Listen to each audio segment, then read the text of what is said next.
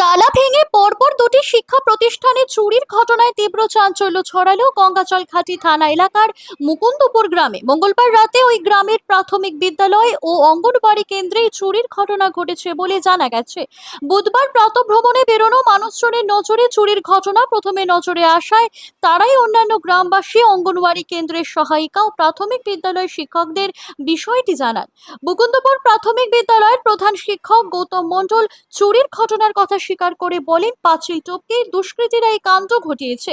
তার স্কুলের পাশাপাশি অঙ্গনওয়াড়ি কেন্দ্রটিতেও একই ঘটনা ঘটেছে বলে তিনি জানান। আমাদের গতকাল রাতে কিছু দুষ্কৃতী আমাদের যে অঙ্গনওয়াড়ি কেন্দ্র এবং তার সঙ্গে যে সংলগ্ন প্রাইমারি স্কুল, সেই স্কুলে তালা ভেঙেছে। অঙ্গনওয়াড়ি কেন্দ্রে 5 লিটার তেল, 25 কেজি মুসুরি, একটা বালতি নিয়েছে, ঠিক আছে। আর আমাদের যে প্রাইমারি স্কুল, ওটা তালা ভেঙেছে। কিছু রান্নার সামগ্রী তাতে করে নিয়ে গেছে।